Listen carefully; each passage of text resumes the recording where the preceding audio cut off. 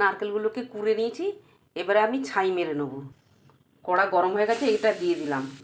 এবারে আমি এই গুড়টা দিয়ে দিলাম, ভালো করে মিক্সড করে নিয়েছি।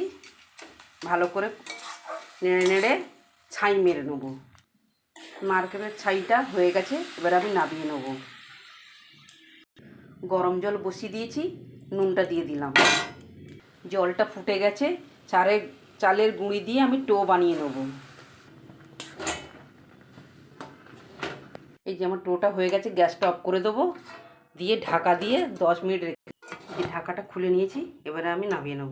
এই ভালো করে টো বানিয়ে নিয়েছি, এবারে আমি পিঠে বানিয়ে নেব।